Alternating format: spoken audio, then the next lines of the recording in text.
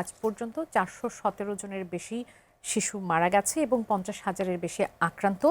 এবং যেমনটি প্রিন্স ভাই বলছিলেন, আমি এই প্রশ্নটা নিয়ে আপনার কাছে এমনিতেও আসতাম যে ডাক্তার জাহিদুর রহমান, প্রধানমন্ত্রীর যিনি তথ্য উপদেষ্টা, তিনি বলেছেন যে হামের সংক্রমণ এবং টিকার সংকট নিয়ে রাষ্ট্রীয় এবং আন্তর্জাতিক তদন্ত হবে। কিন্তু তারপরও সবার কাছে মনে হচ্ছে যে বিএনপি কেন যেন এই বিষয়টি নিয়ে কিছুটা নমনীয়, ডক্টর ইউনূসের যখন প্রসঙ্গ আসে, তার শাসনামলের প্রসঙ্গ আসে, কিছুটা সহানুভূতিশীল। এর কারণটা আসলে কি? না, আসলে দেখবেন আমাদের দেশে কিন্তু একটা কালচার আছে। সেই কালচারটা হলো, আমরা দেখেছি যে একটা দল যখন ক্ষমতায় থাকে আর আরেকটা আবার যদি ক্ষমতা থেকে চলে যায়, ওই দলের উপর একটা মামলা, হয়রানি, তাদেরকে নির্যাতন, এরকম একটা কালচার কিন্তু আমাদের দেশে আছে।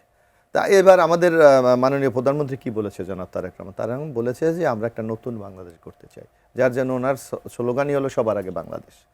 তো এই হিসাবে জনাব তারেক রহমান যে যাত্রাটা শুরু করেছে, এখানে কেউ যেন মনে না করে যে আমার উপর অন্যায়ভাবে কোনো অপরাধ চাপিয়ে দেওয়া হয়েছে অথবা কোনো বদনাম চাপিয়ে দেওয়া হয়েছে। আজকে জনগণ স্বতঃস্ফূর্তভাবে এই হামের ব্যাপারে আজকে দাবি তুলছে। আমার মনে হয় নিশ্চয়ই উনি আমাদের এই কথাগুলি শুনছেন অথবা জনগণের কণ্ঠস্বরগুলি উনি শুনছেন।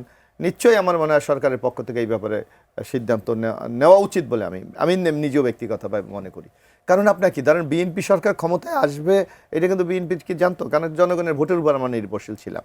তো একটা গভর্নমেন্ট আপনি ক্ষমতায় ছিলেন দীর্ঘ 1 বছর 6 মাস, তা আপনার ন্যূনতম এই দায়িত্ববোধটুকু নাই যে আপনার এই টিকা না আসলে আমার শিশুরা জীবনহানি হতে পারে।